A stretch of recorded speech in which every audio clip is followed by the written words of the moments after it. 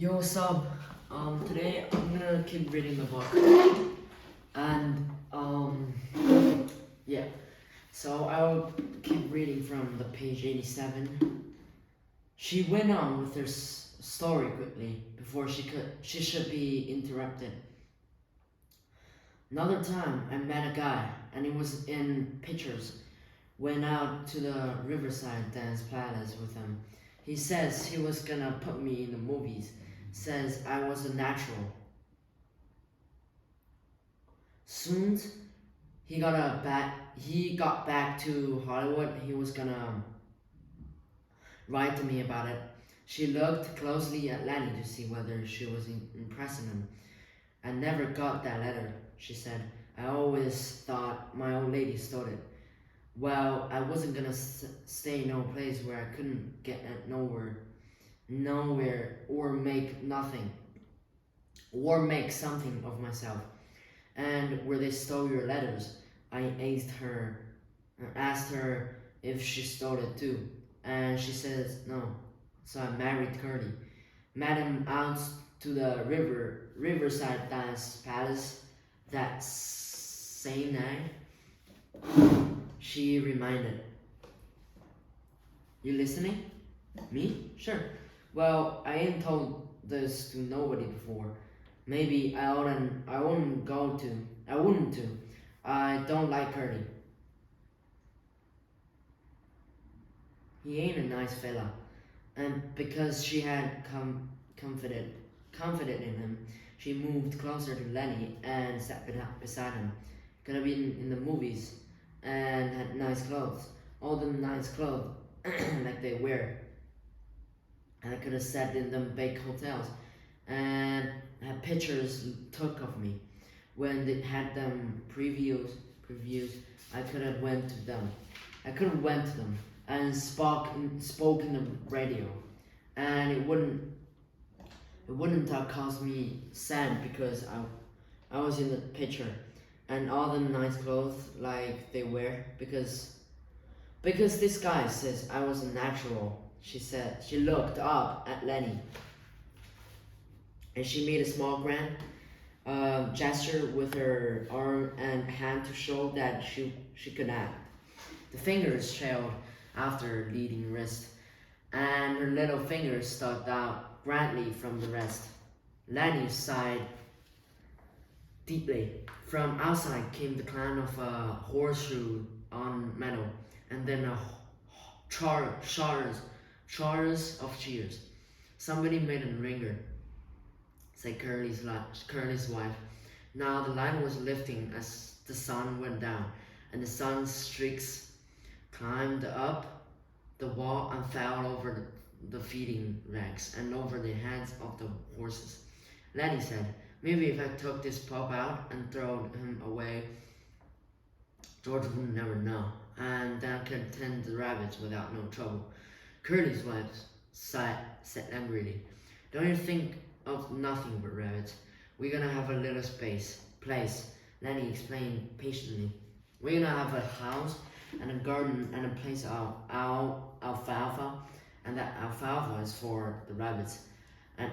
And take a sack and get it all fill up alfalfa, and then I take it to the rabbits. She asked, what makes you so nuts about rabbits? Lenny had to think carefully before he came to a conclusion. He moved cautiously close to her until he was right against her. I like to pet nice things. Once at a fair, I seen some of them long-haired rabbits, and they was nice. You bet. Sometimes I've even pet mice, but not when I could get nothing better. Curly's wife moved away from him a little. I think you're nuts, she said. No, I ain't, Lenny explained earnestly.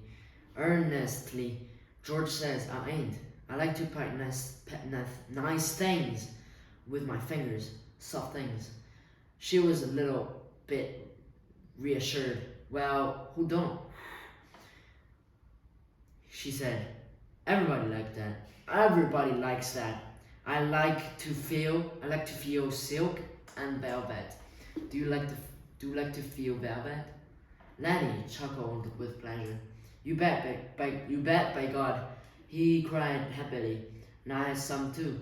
Lady, give me some. And that lady was my own Aunt Clara. She give it right to me, about this big piece. I wished I had that velvet right now. A frown came over his face. I lost it, he said. I ain't seen I ain't seen for a long time. Curly's wife laughed at him. You're nuts, she said, but you are a kind of nice fella. Just like a big baby. But a person can see kind of what you mean. When I'm doing my hair sometimes, I just sit and stroke it because it's so soft. To show how she did it, she ran her fingers over the top of her hand. Some people got kind of coarse hair. She said complacently, "Take Curly. His hair is just like where, but mine is soft and fine. Of course, I brush it a lot. That makes it fine. Here,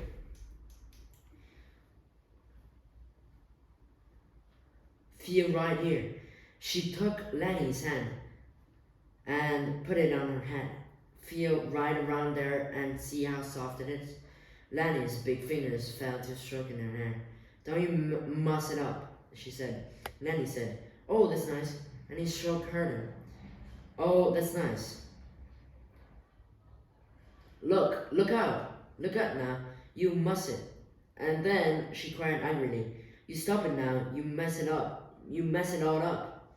She jerked her head sideways, and Lenny's finger closed on her hair and clung on. "Let's go," she cried. "You let go." Lenny was in a panic. His face was contorted. Screamed then, and Lenny's other hand closed over her mouth and nose. "Please don't," he begged. "Oh, please don't do that, George. George will be mad." She struggled violently under his hands. Her feet battered on the hay, and she writhed to be free. And from under Lanny's hand came a muffled screaming. Lenny began to cry with fright. "Oh, please don't do none of that," he begged. "George gonna say I done a bad thing. He ain't gonna let me tend no rabbits." He moved his hand a little, and her hoarse cry came out. Then Lenny grew angry. "Now don't," he said. I don't want you to yell. You're gonna get me in trouble just like George says you will. Now don't you do that." And she continued to struggle. And he was angry with her. Don't you go yelling," he said. And he shook her. And her body flopped like a fish.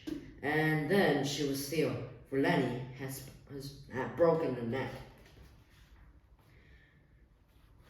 He looked down at her, and carefully he removed his hand from over her mouth, and she lay still. I don't want to hurt you, he said, "but George will be mad if you yell." When she didn't answer nor move, he bent closely over her. He lifted her arm and let it drop. For a moment he seemed bewildered, and then he whispered in fright, "I done a bad thing. I done another bad thing." He pulled up and hid until it partly covered her. From outside the barn came a crowd of men and double cloud of shoes on metal. For the first time, Lenny became conscious of the outside. He crouched down in the hay and listened. "I done a real bad thing," he said. "I shouldn't have did that. George would be mad." And he said, "And hide in the brush till he come. He's gonna be mad in the brush till he come. That's what he said." Lenny went back and looked at the dead girl. The puppy lay close to her. Lanny picked it up. "I'll throw him away," he said. "It's a bad enough like it is.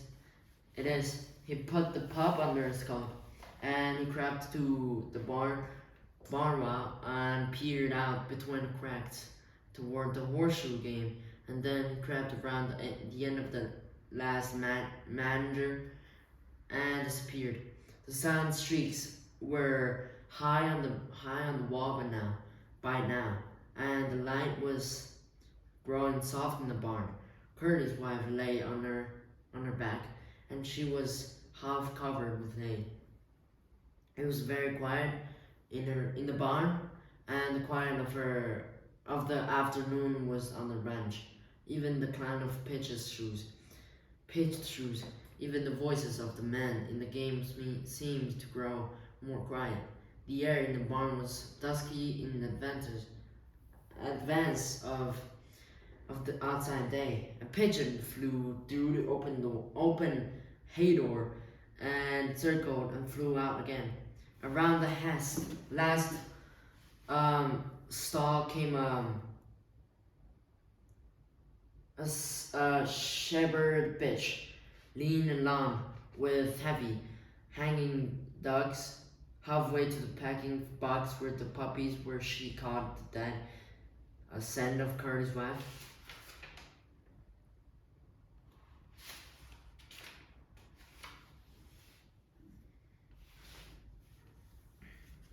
And the hair rose along her spine. She whimpered and cringed to the packing box and jumped in among the puppies. Curly's wife lay with a half covering of yellow hay, and the meanness and the plannings and the discontent and the ache of attention were all gone from her face. She was very pretty and simple, and her face was sweet and young. Now her rugged cheeks and her rotten lips made her seem alive and sleeping very lightly. The curls, tiny little sausages, were spread on the hay behind her head, and her lips were parted. As happens sometimes, a moment settled and hovered and remained for much more than a moment, and sound stopped and movement stopped for much more than a moment. Then gradually time awakened again and moved sluggishly on. The horses stamped on the other side of the feeding racks, and the halter chains clanged outside. Outside, the men's voices became louder and clearer. From around the end of the last stall, old Caddy's voice came. "Lanny," he called. "Oh, Lanny, you in here? I've been figuring some more. Tell you what we can do, Lanny." Old Candy appeared around the end of the last stall. "Oh, Lanny," he called again. And then he stopped, and his body stiffened. He rubbed his smooth wrist on his white stubble whiskers. "I didn't know what you was here," he said to Curly's wife. When she didn't answer, he stepped nearer. You oughtn't to sleep out here," he said disapprovingly, and then he was beside her, and oh Jesus Christ, he looked about helplessly, and he robbed his bird, beard, I think, and then he jumped up and went quickly out of the barn. But the barn was alive now. The horses stamped and snorted, and the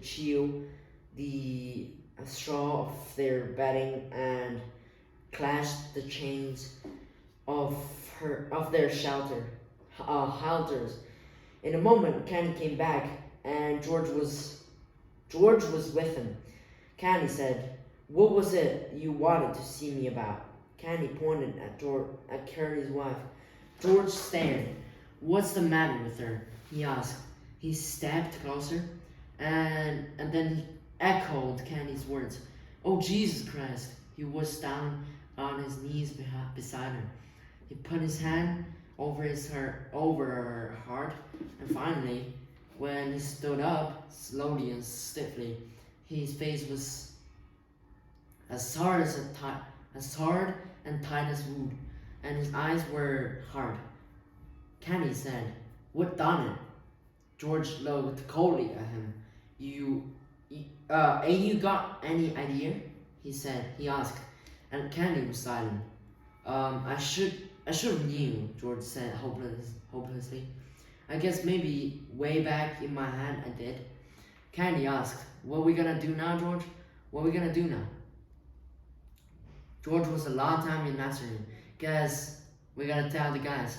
I guess we gotta get him and lock him up. We can't let him get away. Why, the door bastard starved."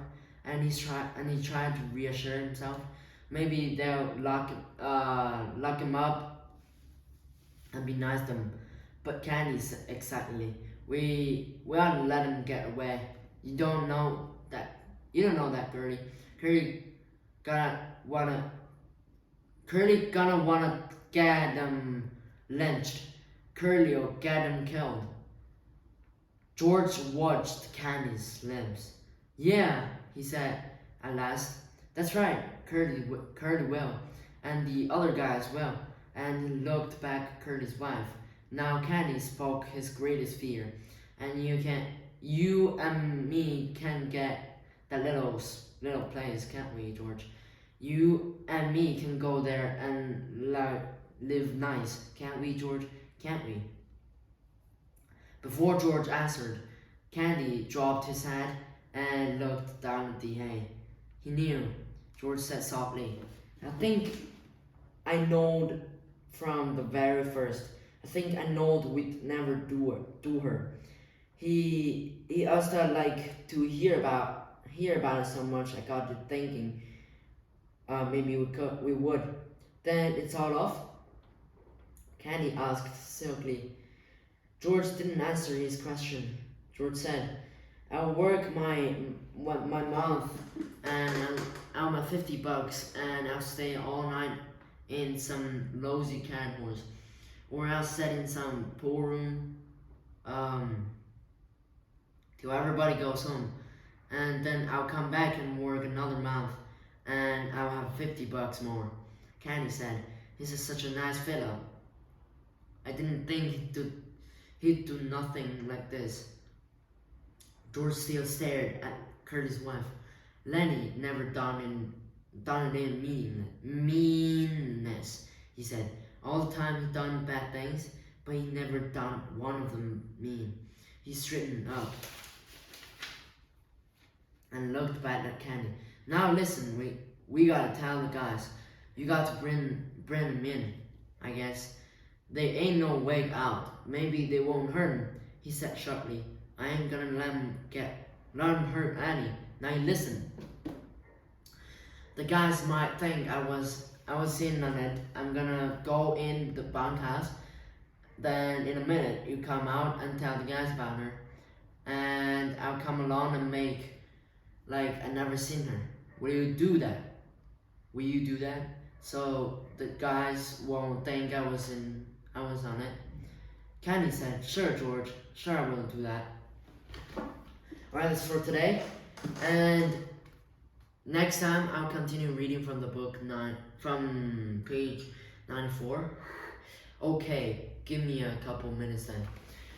Alright, so if you liked the video, please subscribe and I will see you in the next video. Bye.